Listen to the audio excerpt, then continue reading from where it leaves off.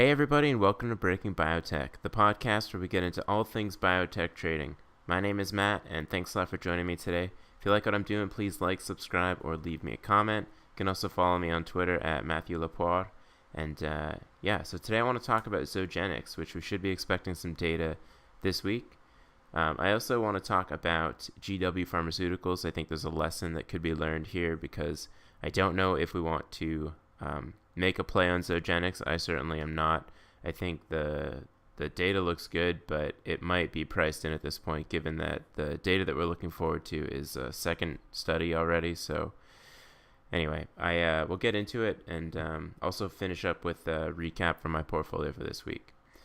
So we're talking about epilepsy today, and the drug that Zogenix has reformulated is called fenfluramine, which is their name for it is ZX008. And they're looking to use this drug to treat Dravet syndrome, which is a severe form of epilepsy where people get about 1 or 2 seizures per day. And it's got to be pretty brutal to live with. I couldn't imagine having to deal with something like that. So it's great that these companies are able to find a treatment for this, and hopefully it reaches the market soon enough. So there's been like significant milestones in this area because the first cannabinol related therapy was approved in late June, and that was by GW Pharmaceuticals. So this company has used their drug is called Epidiolex, and it's a cannabinol CBD derived oil that's able to reduce seizures in kids. So it's pretty neat to see that. Now, Zogenix they're trying to treat for the same thing, so this Dravet syndrome, and they've seen good results in their phase 3 trials. So this is an example. This is taken their latest study, their study 1, which was a phase 3 trial, and they saw this 63% reduction in monthly convulsive seizures. So people are pretty happy about this, and they're happy also because it's slightly increased compared to GW Pharmaceuticals drug, which shows about a 40 to 50% reduction. So I think, cutting it in half, cutting it to 63%, I think all of it is good. I don't know if hanging your hat on this 63% is going to necessarily take away any market share that GW Pharmaceuticals might have, especially given that fenfluramine has kind of a shaded past. And for those who don't remember, this drug in combination with phentermine was an anti-obesity drug that was in the clinic called fen-phen. It actually worked really well, but the problem was that it led to some cardiovascular problems where it was led to it being pulled from the market. So the drug itself worked, but the side effects weren't good. And so its mechanism of action for obesity was appetite suppressant, and then in epilepsy, we don't exactly know how it works, but we do know that it stimulates. It triggers serotonin release, norepinephrine release, and at a high enough dose, it can stimulate dopamine release. So probably through these effects, it is able to help as an anti-epileptic drug. So the cannabinol, I don't think we understand completely how it works, but suffice to say that both these drugs work through different mechanisms to reduce seizures in people with epilepsy. So both are probably going to be competing for this market actively, I think, and it'll be great. So in terms of playing this from a trading perspective, looking back, so this is the chart of GW Pharmaceuticals. So the FDA approval date was in late June, so we saw a big drop in the stock. So good example of it being priced in. All the trials that this company did to show that it helped in epilepsy. It was going to be very surprising if the FDA rejected this drug after all this. So if we look back at some of the other events, in April they published a study in the New England Journal of Medicine just showing the complete data of their phase 3 trial.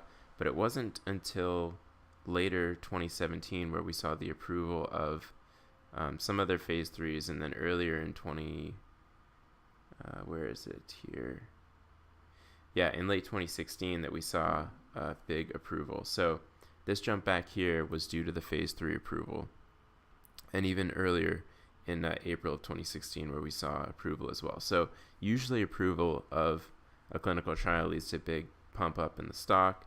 We don't usually see that as much with a lot of the FDA approval dates unless it's relatively controversial. But given the data that this company provided, you're hard pressed to see a big jump like we did before. So I think this is sort of telling because we're expecting something similar with Zogenix. So later last year, we saw the phase 1 study results, a nice improvement in patient outcomes from treatment with ZX008.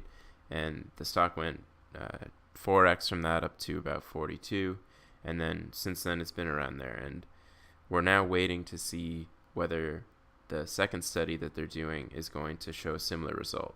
So the difference between the first and the second study is that they excluded patients that were being treated with Stiripentol, which is a standard of care right now for Dravet syndrome. So they wanted to see whether or not patients that were also taking Stiripentol would see the benefit if it was added, if ZX008 was added to that. So this is the result that we're waiting for, and we're going to see this week. And I see a lot of potential downside if in fact ZX008 works through a similar mechanism as Stiripentol. It's not necessarily the case, and there's no reason to suggest that it would. But if it happens to, we could see the stock go back down to 12 if there's not an additive benefit with Stiripentol. I don't think that's going to happen. I have a feeling that it's going to show very nice results, but I don't know if we're going to see any increased pump, because the increase that we saw here after study 1 is basically the amount that the market is pricing in success in for this drug. So I don't necessarily think it's worth playing, because it could go either way at this point. So I think everybody should just be careful if they think that this is an easy play to make a lot of money on.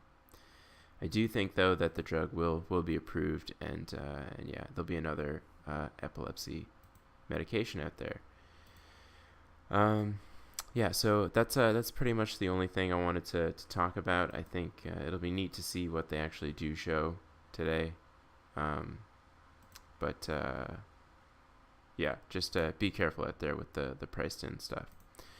So just going to run through my portfolio for today from closing on Friday. Not too much has changed. Madrigal's still bouncing around. I'm still down on these three, Aimmune, Gilead, and Adamas. The others haven't changed too much. Spark has been increasing, and I think there's been just the excitement coming around with the gene therapy companies, and I think they're actually supposed to be releasing some interim data coming up. That's Spark. So that's something to keep an eye on. One of their hemophilia projects. So that'll be exciting. Otherwise, we did see a big finish this week in the XBI. It was up over 100, which is great. Should hopefully inflows of capital continue to Biotech, since there's a lot of potential there.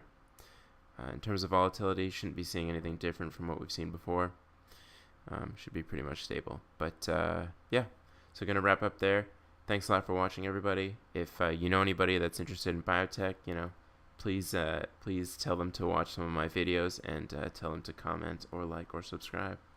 And with that, I'm going to wrap it up. So thanks a lot for watching, and we'll see you next time.